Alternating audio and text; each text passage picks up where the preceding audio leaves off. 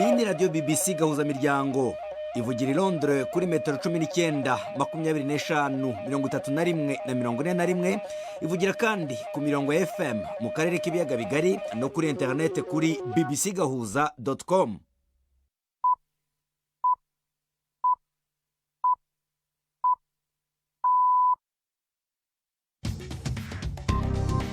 Ubu ni saa 10:30 ku isaha mpuzamahanga GMT, ni saa 12:30 ku isaha yo mu Rwanda no mu Burundi. Muri studio muri kumwe na Ferenga Kwaya. Dore ingingo z'ingenzi z'amakuru twabateguriye kuri uyu wa mbere tariki ya 7 z'ukwezi kwa 7 mu 2025. Kuri iyi tariki muri Kenya baribuka ku nshuro ya 35 habaye imyigaragambyo. Bayibutse bagerageza gukora iyindi myigaragambyo ariko igipolisi kibabera ibamba. Biravuga yuko abantu 10 bishwe, abarenga 29 barakomereka. Kuri iyi tariki kandi ku isi haribukwa ku nshuro ya 4 umunsi wahariwe ururimi rw'igiswahili. Umuryango wa Afrika y'Uburasirazuba wizihije uwo munsi i Kigali mu Rwanda. Bakoze iki? Icyambere cyo ari imurika ry'ibikorwa byinshi bijyanye n'ibikorwa by'igiswahili, ariko si byo gusa kuko hariho n'abazanye ibicuruzwa bindi kuva mu bihugu bitandukanye bigize East African Community. Umutwe urwanya leta y'u Rwanda ubarizwa muri Repubulika ya Demokarasi ya Kongo FDLR wandikiye umukuru wa Amerika. Wose uramusaba iki? Tudusaba ko natwe badufasha kugira ngo rwose no mu Rwanda mu karere k'ibiyaga bigari natwe tube twabona ubwo bwisanzure. Turadusaba ahubwo ko badufasha natwe hagati yacu n'u Rwanda hakaba hari ibyo biganiro bisesuye. Tubafite kandi n'urubuga rw'imikino muri bino biganiro biyobowe na Jacques Niyitegeka.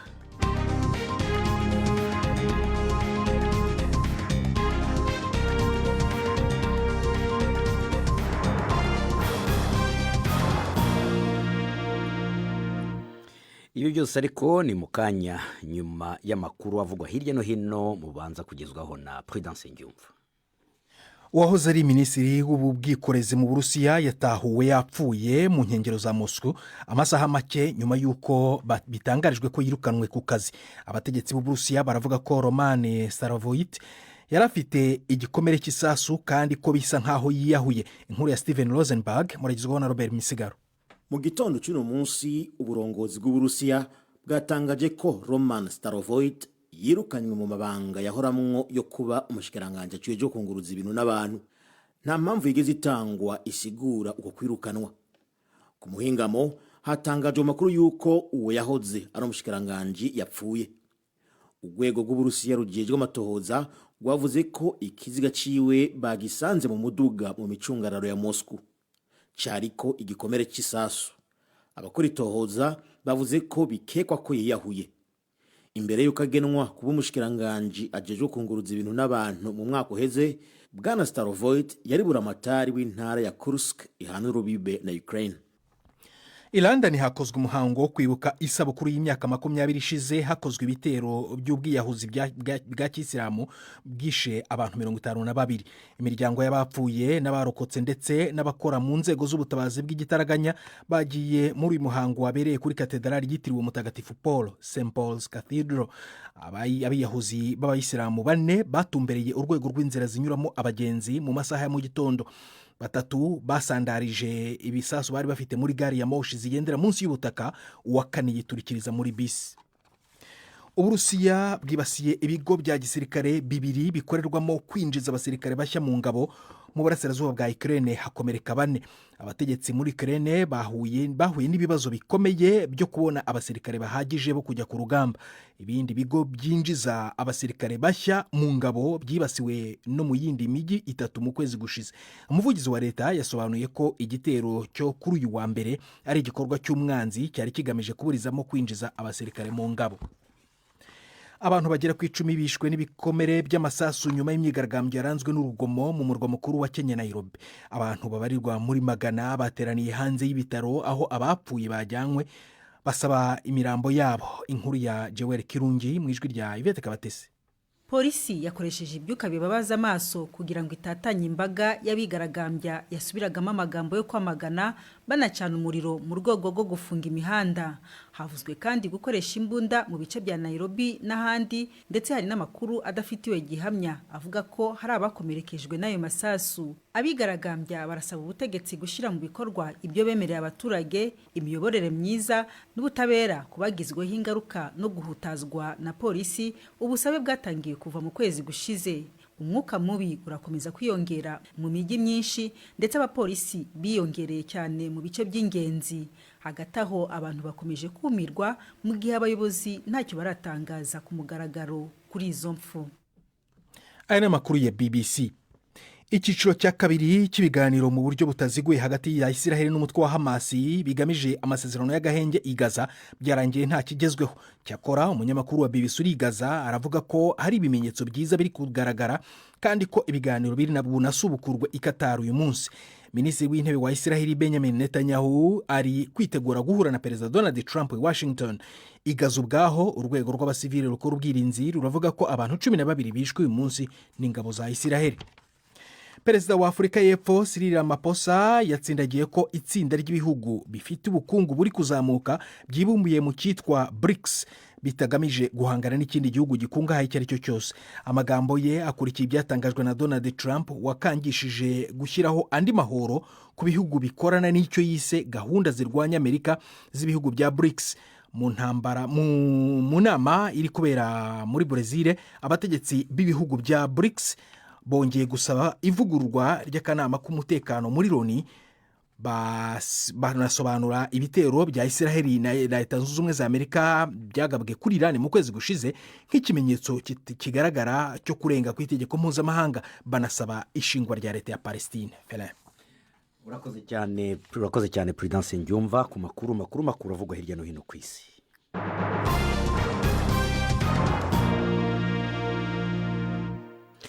Muri Kenya haravugwa abantu 10 bishwe n'amasasu igihe habaga imyigaragambyo.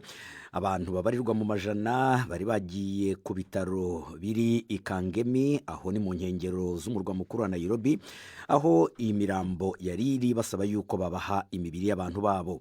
Igipolisi cyari cyafunze imihanda igana rwagati mu murwa mukuru kugira ngo gikumire abashakaga kwigaragambya mu kwibuka ku nshuro ya 35 imyigaragambyo bise Sabasaba yabaye ku itariki ya 7 z'ukwezi kwa 7 1990. Ibyo byatumye rero imirimo idakorwa mu murwa mukuru wa Nairobi. Mugenzi wanjye Siriake Muhawe nayo ari Nairobi muri Kenya. Mvuganye nawe mu kanya mbanza kumubaza uko iyo myigaragambyo yagenze.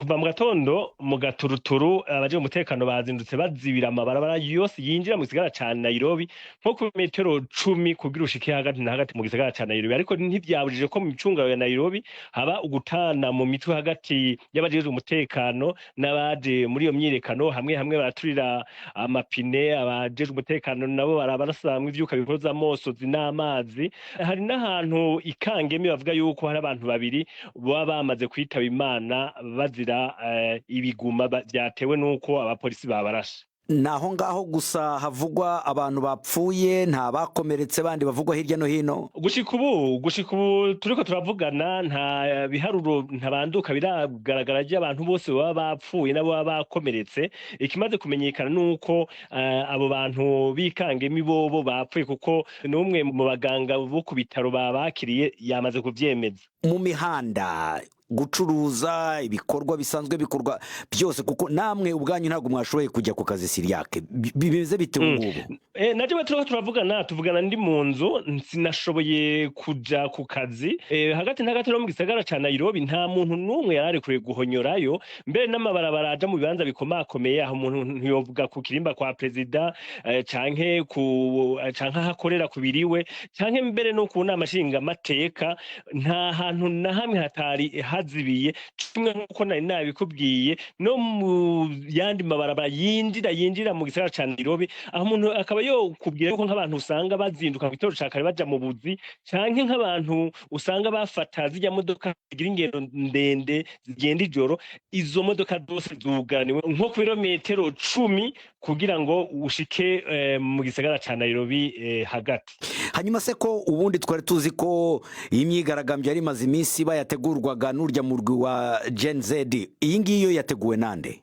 iyi myerekano yateguwe n'aba Gen Z nayo nyene, ariko aho ubudasa buhagaze iyi myerekano yari iyo kwibuka imyaka 35 habaye imyerekano nk'iyi. Hari mu 1990 hari ku ntwaro y'umuperezida yitwa Arap Moi. Ico gihe baharanira ko haba demokrasi, habe intwaro y'imigambwe myinshi. Uyu munsi rero wari nk'umunsi wo kwibuka ico gihe, ariko ntibashoboye kuhabwa ako karyo. Mbere n'umunyepolitiki azwi ko atavuga rumwe na leta Raila Odinga yari yagerageje kugira ngo nawe akoranye abantu ikamukunji ahari harabereye iyo myirekano ico gihe, ariko bamwankiye. Mu kavideo gato yashoboye kuvuga nabonye yavuze yuko yari yashatse kwifatanya n'abandi, kuko gushika uyu munsi ibyo bahanirije ico gihe yaba intwaro ibereye kugwanya igiturire hamwe no gusaba yuko kubahizwa gatakazi na muntu no kureka gukoresha inguvu ku gipolisi, avuga yuko gushika uyu munsi ivyo bintu bitarubahirizwa. None leta yoyo ubu yabivuzeho iki? Mu itangazo ry'ipolisi ryari ryasohotse ejo ku mugoroba, igipolisi cyari cyavuze yuko gitegerezwa gukora akazi kaco kajanye n'ivyo ibwirizwa shingiro ribarekurira, gucungerera ubuzima bw'abantu n'ivyabo, hamwe rero no gucungera umutekano. Gushika ubu rero abategetsi ntaco barabivugako. Arakoze Siriake Muhawenayo. Gusa mu kanya nyuma yaho tuvugane na Siriake Muhawenayo, akanama k'igihugu gashinzwe kubahiriza agateka ka kiremwamuntu muri Kenya kavuze yuko abantu 10 bishwe naho abagera kuri 26 barakomereka. Umutwe urwanya leta y'u Rwanda ubarizwa muri Repubulika ya Demokarasi ya Kongo FDLR wandikiye umukuru wa Amerika umugezaho uruhare uwo mutwe wagira mu kugarura amahoro mu karere k'ibiyaga bigari. Ibi bibaye nyuma yaho Amerika ifashirije leta ya Kongo n'iy'u Rwanda gusinya amasezerano y'amahoro yabereye i Washington muri Amerika ku itariki ya 27 z'ukwezi gushize kwa gatandatu. Muri ayo masezerano impande zombi zumvikanye yuko umutwe wa FDLR ugomba kurandurwa muri Kongo na leta y'u Rwanda igakuraho ingamba yafashe zo gukingira umutekano wayo ku mupaka bahana na Kongo. Navuganye n'umuvugizi wa FDLR Kirengoma ntangira mubaza impamvu bandikiye Perezida Donald Trump wa Amerika. Twandikiye Perezida Trump wa Amerika kuko ari we ugaragara muri ya dosiye, donc niwe wagize uruhare rukomeye kugira ngo u Rwanda rube rwasinyanye amasezerano ya Repubulika Iharanira Demokarasi ya Kongo. Ubwo rero niyo twashoboye kwandikira kuko nyine ariyo twabonaga ko ari we ufite ya dosiye mu biganza, mu gihe hari hashize igihe kirekire nyine hashakishwa uburyo hashakirwa amahoro muri kano karere k'ibiyaga bigari, akaba ari we nyine usa naho wabaye nk'umuhuza. Ubwo rero nta wundi twagombaga kwandikira, ariko nk'uko mubibona hari n'ibindi bihugu twagiye duhakopi. Mu nyandiko yanyu muramwandikira mumushimira, ariko murashimira umuntu wafashe ibyemezo by'uko murandurwa aho ngaho muri ku buryo u Rwanda rubona amahoro. Icyo twamushimiye ni uriya muhati wo gushaka kugarura amahoro muri kano karere k'ibiyaga bigari. Aribona ko inyandiko yacu irasobanutse, donc ubwo twamushimiye urwo ruhare afite mu gushaka kuba na kano karere kagira amahoro n'umutekano, ari nabyo natwe dukomeza kwishyuza buri gihe. Ntabwo rero twamushimiye mu kurandura FDLR kuko urabona ibaruwa yacu yasobanutse, ahubwo hari ibyo tudusaba ko natwe badufasha kugira ngo rwose no mu Rwanda mu karere k'ibiyaga bigari natwe tube twabona ubwo bwisanzure. Turadusaba ahubwo ko badufasha natwe hagati yacu n'u Rwanda hakaba hari ibyo biganiro bisesuye. Ariko ibyo biganiro urimo uravuga byo leta y'u Rwanda yarabyanze, kandi none no mu masezerano nta birimo yuko mushobora kuganira nabo, ahubwo ibirimo nuko bagiye gushyiraho akanama gafatanyije leta ya Kongo na leta y'u Rwanda ndetse n'abahuza kugira ngo babakure aho ngaho vuba vuba kugira ngo u Rwanda rubone amahoro, rubone umutekano. Nyine urabibona ni urugamba mu rundi, none se nyine si byo dusa naho twerekana ko ibyo bitazana amahoro muri kano karere, ko icyazana amahoro ahubwo ari uko natwe tugomba kwicarana byanga byakunda na Kigali. Naho ubundi ibyo byo kuturangiraho nta na rimwe bitigeze biteganwa, ariko nta byigeze biba igisubizo nyacyo. Ubwo ni ukuvuga ibi bemeranyije mwe ntimubyemera? Twemera iyo nzira yo kugarura amahoro, ariko ibyo kuvuga ngo amahoro ngo yaboneka ari uko FDLR bazirangiye, ibyo ntabwo tubyemera. Ariko iyo niyo nzira bavuga y'amahoro, kuko baravuga ko mwebwe murahungabanya umutekano mu Rwanda, muragenda mukagabayo ibitero. Ejo bundi umuvugizi w'igisirikare cy'u Rwanda yavuze yuko noneho mumaze kugera hagati y'ibihumbi 7 n'ibihumbi 10. Niyo mpamvu bagomba kubacubya bakabarandura kugira ngo u Rwanda rugire umutekano, narwo biriya barusabye mu masezerano rukureho izo ngamba rwari rwarafashe zikingira umutekano ubusugire bw'igihugu cyabo. Rwose twabisobanuye kuva kera, uriyo ni pretekisi u Rwanda rwitwaza ibyo ari byo byose, nubwo basa naho babyanditse muri ayo masezerano ariko ntabwo ari ukuri.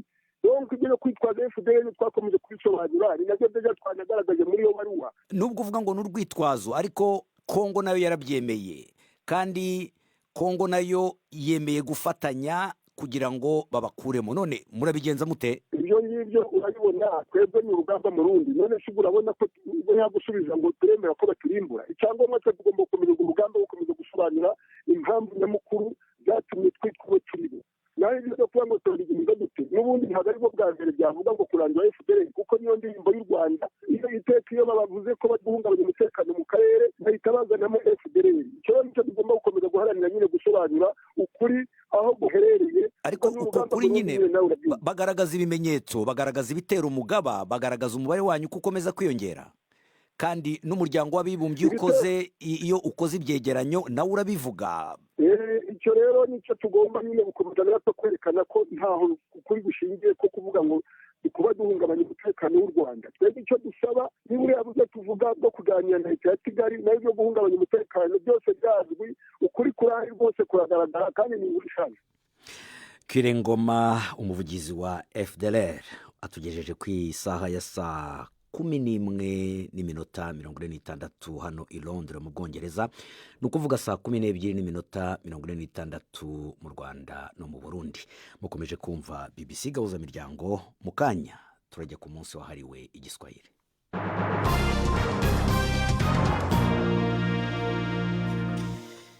Ndabibabwiye, uyu munsi ku itariki ya 7 z'ukwezi kwa 7 ni umunsi wahariwe ururimi rw'igiswahili ku isi. Kuri iyi nshuro ya 4 hizihizwa uyu munsi, umuryango w'ibihugu byo muri Afurika y'Uburasirazuba wahisemo kwizihiriza uyu munsi i Kigali mu Rwanda. Intumwa zivuye mu bihugu 8 bigize uwo muryango zarangije uyu munsi inama yamaze iminsi 2 yiga uko bateza imbere ururimi rw'igiswahili mu ibyo bihugu. Mu mwaka wa 2017 igiswahili cyashyizwe mu itegeko rigena indimi zikoreshwa mu Rwanda, rubaye ururimi rwa 4 nyuma y'Ikinyarwanda, Igifaransa hamwe n'Icyongereza. Professor Pacifique Malonga, umaze igihe aharanira iterambere ry'ururimi rw'igiswahili mu Rwanda, yari yatumiwe muri iyo nama kwerekana ibikorwa amaze imyaka akora. Navuganye nawe abanza kumbwira ibikuru byakorewe muri iyo nama. Icyambere cyo ari imurika ry'ibikorwa byinshi bijyanye n'ibikorwa by'igiswahili, ariko si byo gusa kuko hariho n'abazanye ibicuruzwa bindi kuva mu bihugu bitandukanye ko bigize East African Community. Uyu muryango uzi ko ufite ibihugu 8 ibibazo byagiye byohereza rero ababihagarariye. Icyo ni kimwe. Hariho n'ibiganiro byatanzwe nyine n'abo bantu bavuye mu bihugu bitandukanye, no mu Rwanda birumvikana kuko niho byaberaga. Harimo kwiga ku ngingo zitandukanye zijyanye n'ukuntu igiswahili cyafasha mu iterambere n'ubwacyo kigatera imbere mu buryo bwinshi. Hari ibijyanye na tekinoloji igezweho, bijyanye na itumanaho, bijyanye n'ubwanditsi bw'ibitabo, bijyanye ni byinshi. Ariko urumva na za disikuru cyangwa se ibiganiro by'abayobozi batandukanye. Ku buryo bw'umwihariko nkawe rero w'impirimbanyi ihora iharanira yuko igiswahili cyatezwa imbere na cyane cyane mu gihugu cy'u Rwanda, wowe wagaragaje iki muri iyi nama? Ndi umwe mu batangije n'iyi komisiyo ubwayo bita Kakama. Kakama ni mu Giswahili ni Kamisheni ya Kiswahili Afrika Mashariki. Inagiye mpagararira u Rwanda muri Zanzibar mu kuyishyiraho, ubwo ni mu 2014. ariko na mbere yaho ndi umwe nanone mu batangije iriya komisiyo nyafurika y'igiswahili twita akarani kiswahili komishoni. Ni ibintu rero mu Rwanda baratangije amasomo kuri radiyo na televiziyo ku gihe kirekire cyane kuva mu 2005, ubu turi muri 2025. Nanditse ibitabo byinshi, nubwo ngubwo aho ngaho rwose ntabwo ari ugukabya. Ni igihe nyine wari uhari wazanye ibitabo byinshi by'igiswahili na za flyers zerekana ibintu nagiye nkora. ibitabo umaze kwandika ni nka bingahe? Ni byinshi muri rusange. Ubwo ni nka bingahe? ni 10, 20, 50? Muri iyi nama rero ho wari ugamije iki? watangaje iki? bari badumiye ngo bampa icyo umuntu yakwita paviliyoni cyangwa banda, aho umuntu nyine yerekanira ibyo nko mu mamurika yandi asanzwe amamurikagurisha, usibye ko ngiye ntagurishaga. none mu gitondo baje bose, abayobozi bose bo muri ibyo bihugu kureba ibyo murika ni ibiki, ibyo mbabwira ni ibiki, ndabasobanurira ibyo bitabo uko biteye, ndabibereka. hari n'inkoranya nakoze idasanzwe nanditse hamwe na marehemu Profesa Ken Walibora, Ikinyarwanda, Kiswahili and English. Ni dictionary nziza cyane cyane cyane. Babishimye rero, baje bose kabisa. Harimo na minisitiri wo muri Kenya, harimo ambasaderi wo muri Kenya mu Rwanda, harimo ambasaderi wa Tanzania i Kigali, harimo muri Uganda, harimo benshi nyine, na minisitiri wa hano w'uburezi. Ariko se nubwo ukomeza guteza imbere ururimi rw'igiswahili aho ngaho, wandika ibitabo unanabimurikira abayobozi, ko aho ngaho mu Rwanda nk'uko wari ubivuze wigeze gutangiza amasomo kuri televiziyo y'igihugu, ariko ubu ngubu ntabwo bigicaho, nta makuru y'igiswahili akica kuri radiyo cyangwa kuri televiziyo y'u Rwanda, ubona utarimo ukubita inzu ibipfunsi? Sibi ntabwo ubeshye, ariko ntabwo ari ukuri 100%, kubera ko nubwo ntabwo namenya gahunda z'ayo maradiyo cyangwa ayo mateleviziyo, ntabwo n'umukozi wabo ntahuriye nabyo. njyewe mbikora nyine nka bikosi cyangwa se nka ofisi yanjye, narabyiyemeje ngomba kubikora. abandi babikora batabikora, wakweri ntabwo naba nk'ibipfunsi. njyewe narabyiyemeje, iyo mbyiyemeje rero ngomba kubikora kandi bigakoreka. Professeur Pacifique Malonga, umugore wo muri Australia wagaburiye abavandimwe be inyama z'inka zitekeshejwe ibihumyo cyangwa se ibizinu byica, yahamijwe ibyaha 3 byo kwica na kimwe cyo kugerageza kwica. Erin Patterson yatumiye iwe mu rugo abavandimwe b'umugabo we hamwe n'abavandimwe be 2 mu kwezi kwa 7 ko mu 2023. yari yababeshye yuko agiye kubabwira ibyuko yasanganywe indwara ya kanseri. 3 barapfuye, harokoka umwe gusa. ni inkuru ya Shamia Khalil mugezwaho na Yvette Kabatesi. Erin Patterson yari yireguye avuga ko ari impanuka. yavuze ko akunda umuryango umugabo wakomokamo, ko nta mpamvu n'imwe afite yo kubica. ariko nyuma y'amezi 2 bumviriza ubuhamya, inteko y'urukiko ntiyemeye ibyo avuga. yabwiye urukiko ko yifuzaga kubaha amafunguro adasanzwe, ariko yabagaburiye inyama z'inka zitekanye n'ibihumyo bifite ubumara bwica. ubushinjacyaha bwemeza ko yari yashakishije ndetse anabisoroma agambiriye kubigira intwaro yo kwica. abashitsi 4 yari yatumiye bahise batangira kurwara bikomeye. hashize iminsi mike 3 muri bo barapfa. mu minsi yakurikiye yashatse gusibanganya ibimenyetso, ajugunya agakoresho yifashishaga mu gutegura ibihumyo ndetse aryumaho igihe cyose abo bavandimwe bariho bapfa. ubushinjacyaha bwamuhamije gukomeza kuvuga ibinyoma byinshi ku buryo byari bigoye kumenya ukuri. Erin Patterson afite iminsi 28 yo kujuririra icyemezo cy'urukiko. Inkuru ya Shaima Khalil. Reka mbere yuko tujya mu rubuga rw'imikino tubanze tubahonje gato ku bizavugwa mu runana ejo kwa 2.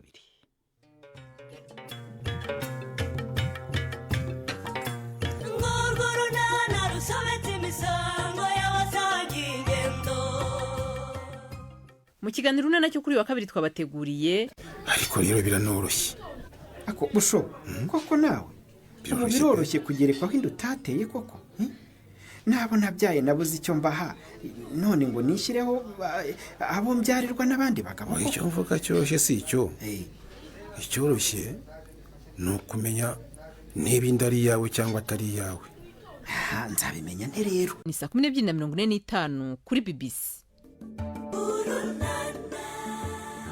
muzabimenya ejo kuwa kabiri.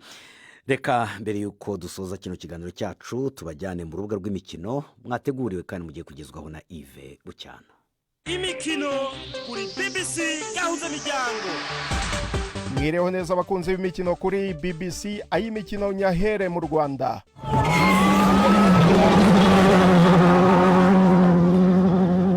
Mu modoka ya Skoda Fabia R5, Samani Vola uturuka mu gihugu cya Kenya yatsinze irushanwa mpuzamahanga ry'isiganwa ry'imodoka rya Rwanda Mountain Gorilla muri rusange akoresheje isaha imwe iminota 48 n'amasegonda 59 mu duce dutandukanye. Imodoka zisiganwa mu burasirazuba bw'u Rwanda gutsinda iryo siganwa bimuhesha amanota 35. Muri rusange yamaze kugira igiteranyo cy'amanota 71, akaba ku mwanya wa gatatu ku rutonde rwo guhatanira ikamba rya Afrika. Ryari isiganwa rikomeye cyane, niryo rya mbere nkoze muri iyi mihanda. Ni uburyo bwiza bwo kwiga no kugira ubunararibonye. Ni intsinzi ishimishije, gusa biradusaba kwicara tukareba imibare neza. Yasine aracyari ku mwanya wa mbere, biradusaba gutsinda amarushanwa birakurikira, ariko biracyasaba imibare.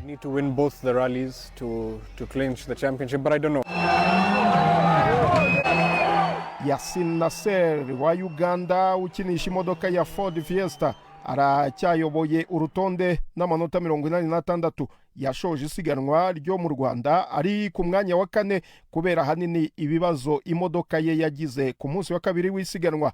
Muri imyaka 2 ishize, Karan Patel wo mu gihugu cya Kenya niwe wegukanye ikamba rya Afrika. Kuri iyi nshuro imodoka ye ya Skoda Fabia R5 yakoze impanuka ku munsi wa kabiri ava mu irushanwa. Yabwiye BBC ko byamugabanyirije cyane amahirwe yo kurwana ku ikamba rye. Reka mvuge ko buri kimwe cyose kigishoboka mu masiganwa 2 asigaye, gusa amahirwe yacu yagabanutse ku rugero rwo hejuru.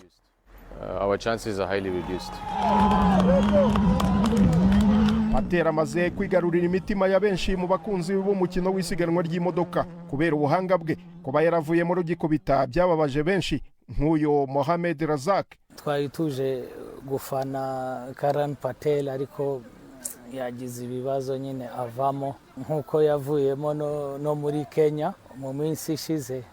Ndumva uyu mwaka nta mahirwe afite yo gutsinda championship iyi yo muri Afrika. Imodoka 21 nizo zatangiye irushanwa, hasoza 13. Isiganwa ryo mu Rwanda rizakurikirwa n'irizabera i Burundi mu kwezi gutaha, mbere yuko umwaka w'amarushanwa y'isiganwa ry'imodoka muri Afrika asozwa n'irizabera muri Tanzania mu mpera z'ukwezi kwa 9.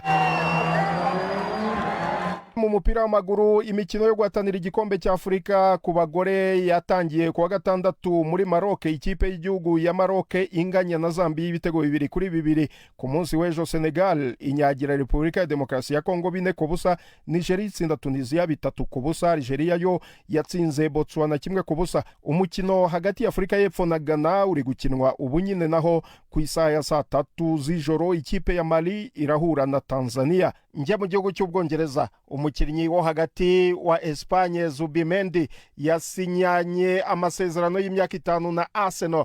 Martin Zubimendi yanze kwerekeza mu ikipe ya Liverpool, ariko ku cyumweru yaguzwe na Arsenal kuri miliyoni 60 z'amapaundi avuye mu ikipe ya Real Sociedad. Uyu mukinnyi wo hagati w'imyaka 26 yakinnye imikino 236 mu ikipe ya Real Sociedad muri shampiyona ya La Liga, atsinda ibitego 10. Bije mu gihe Arsenal ishishikajwe cyane no gusinyisha rutahizamu Victor Gyökeres mu minsi mike ishoboka ngo uyu munyaswede w'imyaka 27 ukinira ikipe ya Sporting Lisbon yo mu gihugu cya Portugal nawe ngo arababarizwa mu ikipe ya The Gunners. Amakipe yombi aratangaza ko ibiganiro biri kugenda neza. nsoreze ku mikino y'igikombe cy'isi cy'amakipe izakomeza ku munsi w'ejo hakinwa kimwe cya kabiri. ikipe ya Fluminense yo muri Brazil izahura na Chelsea, naho ku wa gatatu ikipe ya Paris Saint-Germain ikazakina na Real Madrid. Paris Saint-Germain y'abakinnyi 8 yakuyemo Bayern yitsinze ibitego 2-0, naho Real Madrid yo yasezereye Dortmund yitsinze ibitego 3-2. Ayo niyo y'imikino nabateguriye uyu munsi. Gendi Yves Bucyana. arakoze Yves Bucyana nawe udushoreje amakuru uyu munsi. Gusa mbibutse yuko muri Kenya mu gihe barimo bashaka kwibuka ku nshuro ya 35 imyigaragambyo bise Sabasaba, hageragejejwe gukorwa imyigaragambyo ariko igipolisi kiburizamo, hapfa abantu 10 hakomereka abarenga 29. Ibi biganiro byari bihagarariwe na Jacques Niyitegeka, mwari kumwe na Ferenga Kwaya. Mukomeze mukurikirana ibiganiro byacu ku rubuga rwacu rwa BBC Gahuza. Na hejuru.